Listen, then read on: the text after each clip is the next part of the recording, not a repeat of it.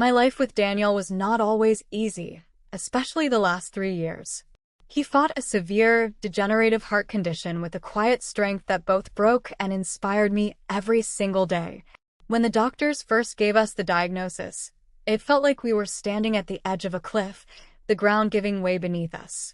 Daniel was only in his late 30s, the brilliant mind behind a tech startup that had thankfully done well, giving us the financial security to afford the best treatments, the endless doctor visits, the experimental therapies.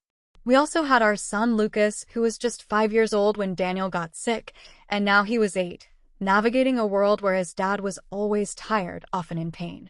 Through it all, Daniel's parents, Robert and Helen, were our anchors. They lived just across town, but their emotional closeness felt boundless.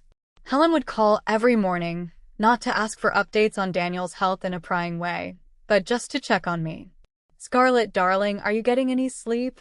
Or, "I made a big pot of soup, I'll drop some off." Robert would show up unannounced just to mow the lawn or fix something around the house. They spent hours with Lucas, playing catch, helping him with homework, giving me precious time to care for Daniel or simply to breathe. They never made me feel like a burden. They were family, the kind of family that shows up, consistently, without needing to be asked. They treated me like the daughter they never had, and Lucas was the light of their lives. My own family, on the other hand, was a different story entirely. My parents, John and Sarah, lived even closer than Robert and Helen, but they felt a million miles away. There was also my older brother, Michael. Michael was, well, he was Michael. Charming on the surface, perpetually almost successful, always caught up in some grand business venture that inevitably failed, requiring endless financial and emotional bailouts from my parents. Right now, it was a restaurant. A gastropub concept that was bleeding money faster than he could pour wine. My parents' lives revolved around Michael's dramas. His latest crisis always took precedence. I remember one particularly terrifying night early on in Daniel's illness. He had a sudden, severe episode, and I needed to rush him to a specialized hospital over an hour away. It was late, and I desperately needed someone to stay with Lucas until our neighbor could get there. I called my mom, Sarah, my voice shaking. "Mom, please, it's Daniel. I need to take him to the hospital. Can you just get to our place and stay with Lucas for an hour?" There was a pause. "Oh, Scarlett," she sighed, that familiar put-upon sound. I really wish we could. But Michael has a critical meeting with the bank in the morning about the restaurant loan, and your father and I have to be here, helping him prepare. He's so stressed, you know how he gets. We can't leave him alone tonight." I stood there, holding the phone, staring at my husband struggling to breathe, and listened as my mother chose my brother's stress over my husband's medical emergency and my child's safety. I managed to say fine and hung up, calling Layla, my friend, who was there in 15 minutes, still in her pajamas. Layla just hugged me, saw the panic in my eyes, and said, "Go.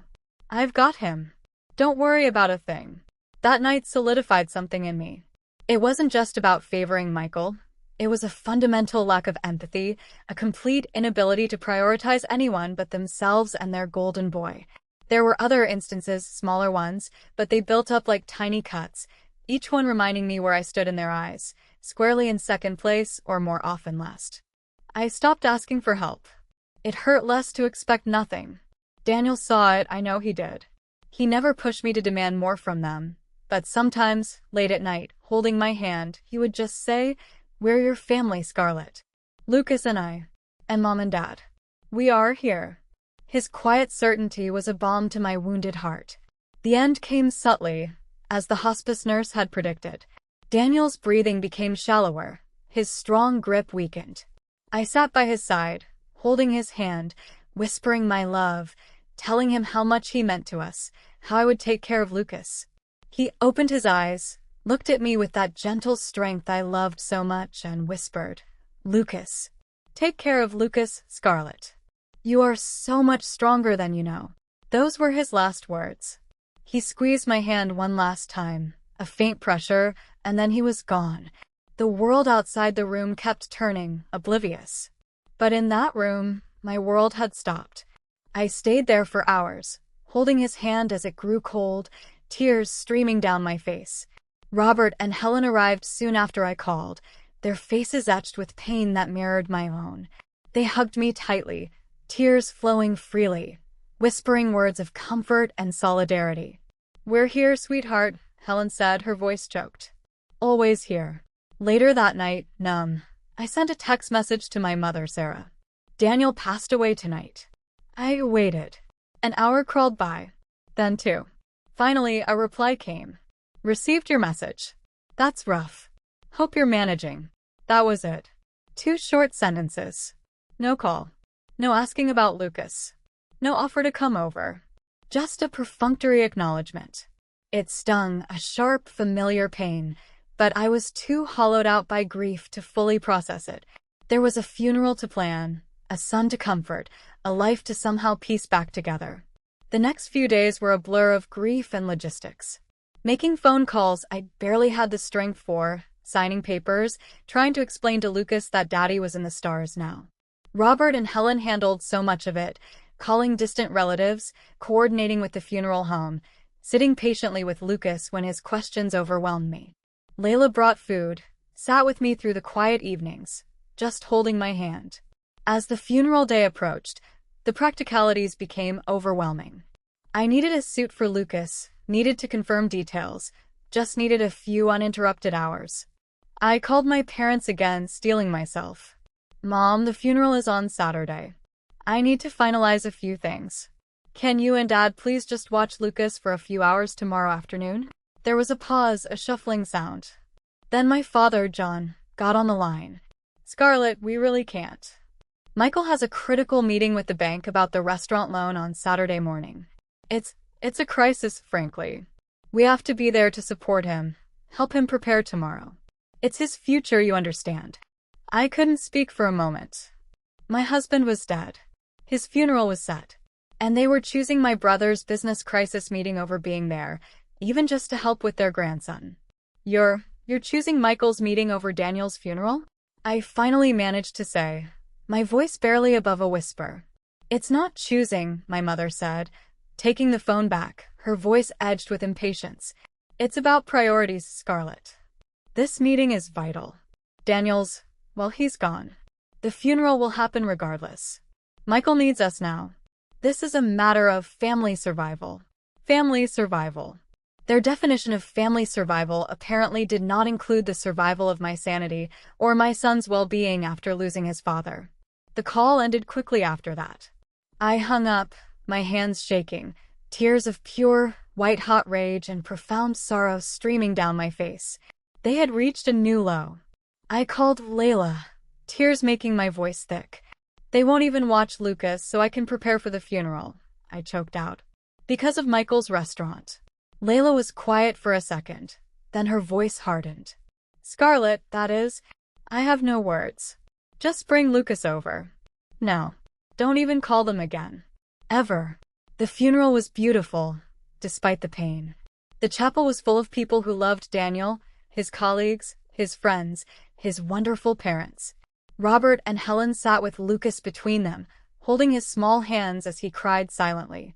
I spoke about Daniel, about his kindness, his strength, his unwavering love for Lucas. It was the hardest thing I had ever done. As people offered condolences afterward, many expressed surprise. "We didn't see your parents, Scarlett. Are they not well?" I just offered a tight smile and mumbled something about them having a prior commitment.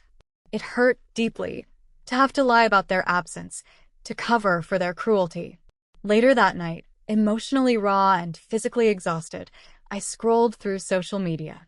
My mother had posted pictures, not of a funeral, but of Michael standing awkwardly outside his restaurant, cutting a ribbon, my parents beaming beside him.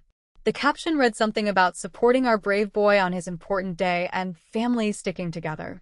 There was no mention of me, of Daniel, of the funeral. Just smiley faces and congratulations for Michael's struggling venture. It was a punch to the gut. I closed the app, the images seared into my mind. Families sticking together. Their version of it anyway.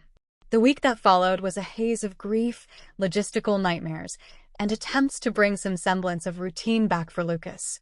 Robert and Helen were there every day, quietly helping. Layla checked in constantly. My parents and Michael remained silent. Not a call, not a text, not an email asking how I was, how Lucas was coping. Nothing. It was as if Daniel's death and my pain simply did not register in their world unless it directly affected Michael. Then, about 5 days after the funeral, I got a text message from my mother. Not a condolence. Not an apology. It read, "Scarlett, thinking of you. Hope you are managing okay. Just wondering. Daniel was always so good with finances. Did he make arrangements? Leave anything substantial? Just worried about you and Lucas, of course." The sheer audacity took my breath away. After their complete abandonment, their first contact was to probe about Daniel's money. My suspicion from the will reading discussion solidified into cold certainty. They didn't care about me or Lucas. They cared about what Daniel might have left behind and how it might benefit them, or more accurately, Michael. I didn't reply. My phone felt toxic in my hand. A few days later, Mr. Eric, Daniel's lawyer, called. He was kind and professional. "Mrs. Turner," he said gently, "Daniel was very meticulous with his planning. He wanted to ensure everything was in order for you and Lucas. I believe it's time for the reading of the will. Would tomorrow afternoon work for you?" I agreed. I called Robert and Helen immediately. Mr. Eric called. I told them. About the will. "Would you come? Daniel, he included you, and I need you there." They agreed without hesitation. The next day, Mr. Eric arrived at exactly 3 o'clock. He carried a serious leather briefcase, but his eyes softened when he saw Lucas, who was playing quietly with his Legos. "Your father was a remarkable man, Lucas," he said kindly, shaking the boy's small hand. "He was incredibly proud of you." Lucas looked up, a small, sad smile on his face. We were all settling into the living room, me and Lucas on the sofa, Robert and Helen on armchairs, when the doorbell rang. I wasn't expecting anyone else. Robert looked at me confused. "Were you expecting someone?" "No," I said, equally puzzled. I walked to the door and opened it. My heart sank, then rage flooded through me. Standing on my porch were John, Sarah, and Michael. They were dressed formally, wearing expressions that were meant to convey sympathy but looked utterly fake to my eyes. "What are you doing here?" I asked, my voice sharper than I intended. Sarah stepped forward, a practiced smile on her face. "Scarlett, dear, we came to support you." "Support me?" I repeated, a bitter laugh escaping my lips. "You didn't come to his funeral, but you're here for the will reading?" "Why exactly?" John cleared his throat. "Now, Scarlett, let's not dwell on the past. We're family. Daniel was like family to us. We have a right to be here." "A right." My voice rose slightly. "Where was your right to be here when he was dying? When I needed help? When his funeral was happening?" Sarah sighed, a dramatic, put-upon sound. "We explained about Michael's situation. This is different. We're here for you now." Michael tried to squeeze past me, muttering, "Yeah, we're family. Just let us in." I physically blocked the doorway. "No. I don't want you here. You weren't here when we needed you. You don't get to show up now." Sarah, abandoning the facade, pushed past me gently but firmly, John and Michael following close behind. "Don't be ridiculous, Scarlett. We are family. We're coming in." I stood there, frozen for a second, stunned by their sheer entitlement and complete lack of shame. They just walked into my house, days after abandoning me at my husband's funeral, as if nothing had happened. When we entered the living room, Robert and Helen's faces hardened as soon as they saw who had arrived. Brian whispered, "What are they doing here?" I felt my hands clench into fists, shaking with anger, but I took a deep breath. Lucas was there. "I have no idea," I murmured back, "but I'm not making a scene in front of Lucas." Mr. Eric, observing the tense situation, raised a calm eyebrow. "Shall we begin the reading of the will?" he asked, his voice cutting through the thick air. John, Sarah, and Michael sat on the couch opposite Robert and Helen. Lucas was nestled beside me in the armchair. The tension in the room was suffocating.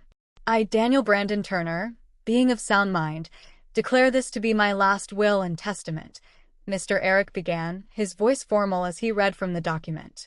Daniel's will was a testament to his foresight and his heart. He had indeed planned everything meticulously. He first addressed his parents, Robert and Helen. To them, he left a significant financial gift, more than enough for a comfortable retirement, and perhaps that cross-country trip they had always dreamed of. But it was the words accompanying the gift that truly mattered.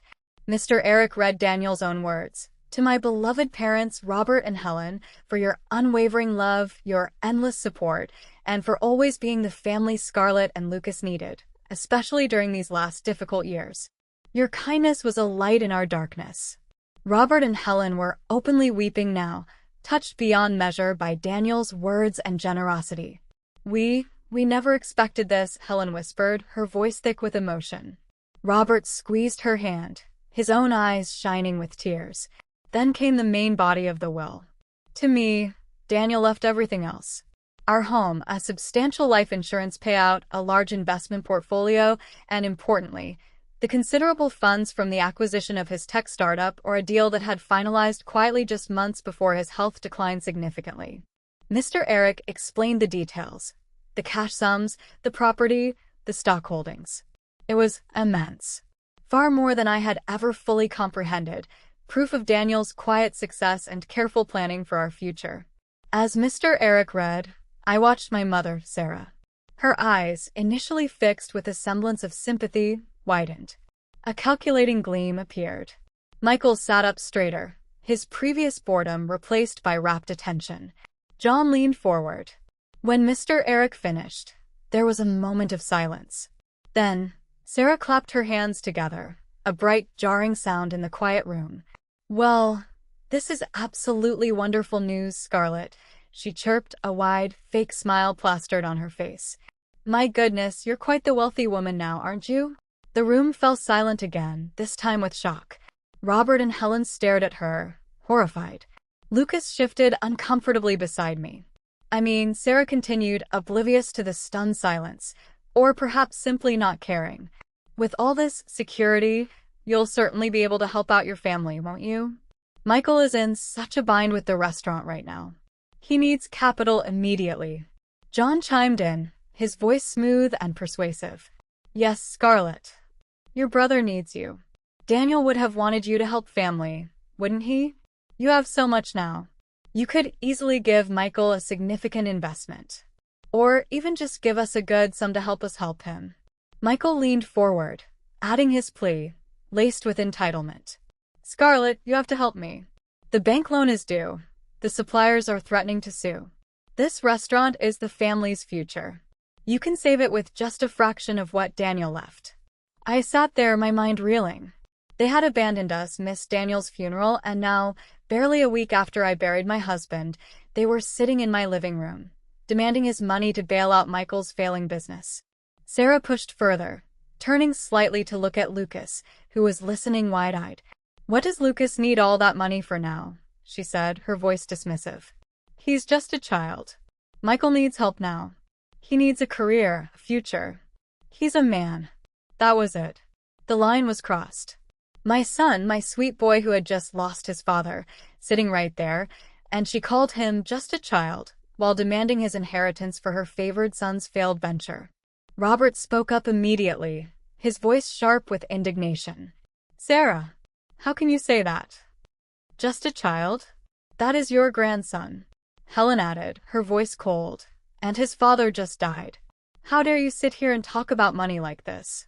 Sarah's face flushed. Don't you dare tell me how to talk about my own grandson, she snapped back at Helen. We're her family. We've been in this family longer than you have. Have you? Helen retorted, her voice unwavering. Because we've been here every single day for the last 3 years, and every single day for the last week, helping Scarlett and Lucas. Where were you? The tension was unbearable. I knew I had to end this, protect Lucas from witnessing any more of their toxic greed. I stood up slowly, my hands clenched. Lucas, I said, my voice trembling slightly but firm. Sweetie, can you go upstairs to your room for a little while? Take Mr. Eric with you. Show him your new Millennium Falcon Lego set. Mr. Eric, bless him, immediately understood. He stood up, his expression kind. I would be honored to see your collection, young man, he said, taking Lucas's small hand. They left the room together, And I waited until I heard their footsteps fade upstairs before I turned back to face the three people who claimed to be my family. The moment Lucas and Mr. Eric were gone, the last shred of my composure snapped, replaced by a cold, hard fury that had been building for years. I looked at John, Sarah, and Michael, my eyes fixed on theirs. "Now," I said, my voice low and steady, deadly calm.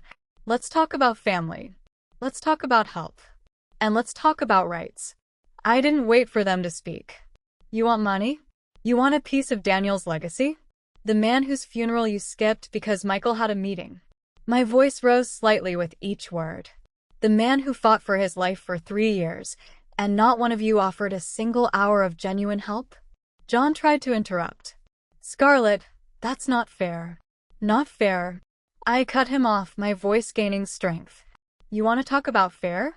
Is it fair that Daniel, the man you abandoned in his illness, was the one who bailed you out when Michael lost all that money in his last failed business venture? Is it fair that Daniel quietly paid off your mortgage when you were facing foreclosure 5 years ago?" I pulled out specific examples. Things Daniel had done without fanfare, acts of quiet generosity they seemed to have conveniently forgotten, or perhaps seen as their due. Is it fair that Daniel paid for Michael's tuition for that online business course he never finished? And now you sit here, days after we buried him, demanding his money for this failing restaurant. Michael looked away, red-faced. John and Sarah shifted uncomfortably. Robert and Helen watched, their expressions grim, but their presence was a silent affirmation of my words. Daniel worked himself to the bone, even when he was sick, to ensure that I and Lucas would be taken care of. I continued, my voice ringing with conviction. Every single penny he left is for Lucas's future. His education. His security. Everything Daniel can't give him anymore because he's gone. I looked directly at my mother. "You called my son just a child while demanding his inheritance for Michael. That tells me everything I need to know about your priorities and about what kind of family you are." Sarah's face twisted in anger. "You ungrateful brat. After everything we've done for you." "Done for me?" I challenged, my voice rising, echoing her own accusation. "What exactly have you done for me, Mom? Name one thing. One act of selfless support. One time you put my needs or Lucas's needs or Daniel's needs before Michael's problems or your own convenience." She opened her mouth, but no sound came out. She couldn't name a single thing. John was silent. Michael was staring at the floor. "Exactly," I said, my voice quiet again, but filled with a crushing finality. "Nothing." I stood up straighter. "Get out of my house." John, Sarah, and Michael looked at each other, realizing the argument was lost, their manipulation exposed. They stood up, anger and resentment radiating from them. "You'll regret this, Scarlett." Sarah spat, her face contorted. "Family is everything. You'll be alone."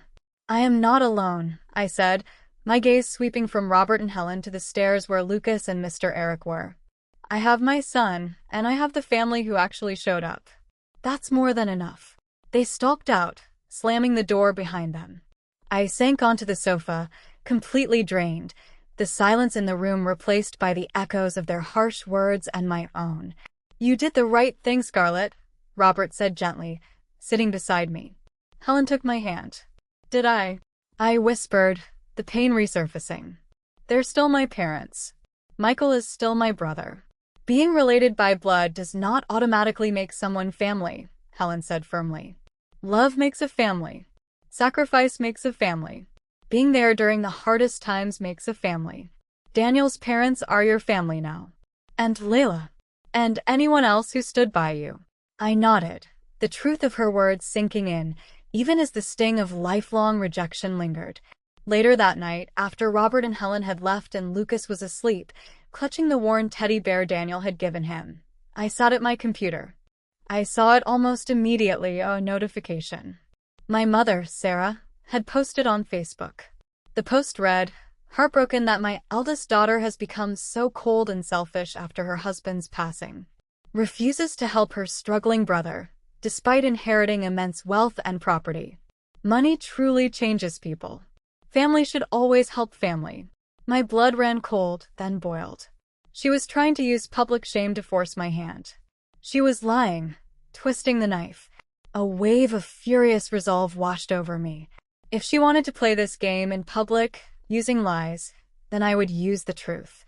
I took a deep breath and began to type.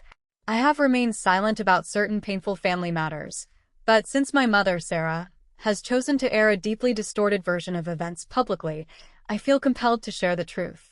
I wrote about Daniel's 3-year battle, his passing just over a week ago. My parents, John and Sarah, and my brother, Michael, chose not to attend his funeral, I wrote. Why? Because they prioritized a crucial business meeting for Michael's struggling restaurant on the same day. I detailed Daniel's quiet generosity over the years, mentioning specific instances of financial help he had provided to them when they were in need, contrasting it with their absence during our time of need. Yesterday, I continued, they appeared uninvited at the reading of Daniel's will. When they learned that Daniel, with foresight and love, had left his estate to me and, more importantly, for the future of his son Lucas, they immediately demanded a significant portion of it. Not out of concern for us, but specifically to bail out Michael's failing business. They sat in my living room, days after my husband's death, and demanded his money, dismissing Lucas, their own grandson, as just a child who didn't need the funds. I explained my refusal, stating clearly that Daniel's legacy was solely for Lucas's future, exactly as he intended. I am sharing this not for sympathy, but to correct the malicious lies being spread, I concluded. I stood by my husband for 3 years while he fought. I am now standing for my son's future and honoring my husband's final wishes. That is where my loyalty lies. Blood relation does not automatically mean family. True family is built on love, support, and being present when it matters most. Then I attached the proof. Screenshots of the text messages, my mother's cold reply to Daniel's death notification, their texts refusing help during his illness citing Michael's demands, and if possible, a screenshot or summary documentation from Mr. Eric confirming their presence and demands at the will reading, or perhaps just the crucial damning text from my mother about prioritizing Michael's event. I included the screenshot of my mother's public post as the instigation. My finger hovered over the post button. This would unleash a storm. But the thought of their calculated cruelty, their willingness to lie publicly to steal from their deceased son-in-law and his son, fueled my resolve. I clicked post. The reaction was swift and overwhelming. Within minutes, comments on both my mother's post and mine exploded. People who knew my parents, who knew Daniel, were shocked by the screenshots. Is this true, Sarah? You skipped Daniel's funeral. Those messages. I can't believe this. Demanding money for Michael's restaurant at the will reading? And calling Lucas just a child? That's monstrous. The tide of public opinion turned decisively. My mother tried to deny it, tried to claim I was lying, but the screenshots were undeniable. She frantically deleted her post, but it was too late. The truth was out. Calls and messages flooded my phone, many from relatives and family friends expressing shock, outrage at my parents' behavior, and offering me support. It felt validating, like years of quiet pain were finally being acknowledged by people outside my immediate circle. Over the next few weeks, John, Sarah, and Michael tried every avenue to contact me. Calls, which I sent to voicemail, emails, which I didn't open, messages through bewildered mutual friends, even showing up at the house again, I didn't open the door. Their messages varied from angry accusations to tearful apologies, but always, subtly or overtly, hinting at Michael's continued financial woes and the need for family to help. I didn't respond. I had made my decision. They were no longer part of our lives. The pain of the separation was real, a dull ache in my chest, but it was cleaner, less toxic, than the constant cycle of disappointment and betrayal they had put me through my entire life. They're never going to change, are they? I said to Helen one afternoon, watching Lucas play in the backyard, his laughter floating on the breeze. Helen sat beside me, her hand resting on mine. People like that rarely change, Scarlett. Not deep down. Not until they truly want to, and maybe not even then. It's strange, I mused. I spent my whole life trying to earn their love, their approval. Always trying to be good enough, different enough from Michael's problems, to finally be seen, to be prioritized just once. But now, Robert said gently, joining us, you know your own worth. Daniel saw it. And Lucas deserves better than to grow up feeling like he's second best, like you did. He was right. They were both right. 7 months after Daniel's death, life had found a new rhythm. The acute grief was still there, a quiet companion, but it was no longer paralyzing. Robert and Helen were woven into the fabric of our daily lives, Friday night dinners, helping with school projects, attending Lucas's soccer games. I was managing Daniel's estate, working with Mr. Eric to handle the investments and assets. It was challenging, but also empowering. Daniel's foresight had given us not just security, but also the freedom to build a new life on our own terms. I sometimes heard news about my parents and Michael through other family members. Michael's restaurant had finally closed, leaving him in deeper debt. My parents were apparently struggling financially themselves, weighed down by Michael's failures and perhaps facing consequences from past financial issues Daniel had helped them with. There were still occasional, indirect messages, hints about their struggles, the unspoken plea for help, couched in passive-aggressive language. My answer, relayed through intermediaries if necessary, was always the same. I'm sorry to hear they're having a difficult time. My focus and my responsibility is entirely on Lucas's future, as Daniel intended. Some people might have thought me cold, unforgiving. Perhaps I was. But when I looked at Lucas, thriving, smiling, secure, surrounded by people who loved him unconditionally, I knew I had made the right choice. I had broken the pattern. Lucas would never know the pain of being less important than someone else's problems, of being seen as just a child, when his future was on the line. One evening, as I tucked Lucas into bed, he asked a question that made me pause. "Mom," he murmured, his eyes sleepy, "do you ever miss Grandma Sarah and Grandpa John? And Uncle Michael?" I sat on the edge of his bed, stroking his hair. How do you explain such complex hurt to a child? "I miss the idea of the family I wished we had, sweetie," I said softly. "The kind of grandparents who would always be there, who would think you were the most important person in the world. I miss that feeling, the one I hoped for my whole life.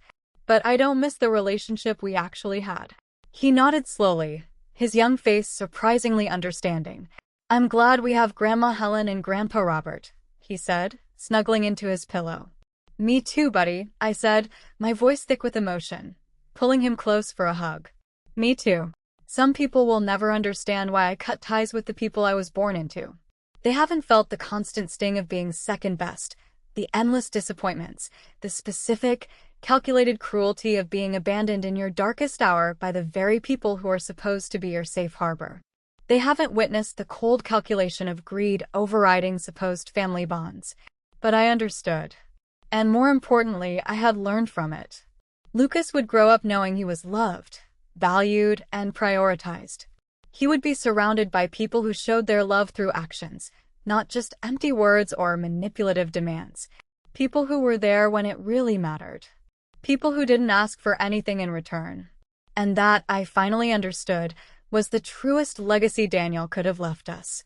That, and a love that was strong enough to build a new family from the ashes of the old.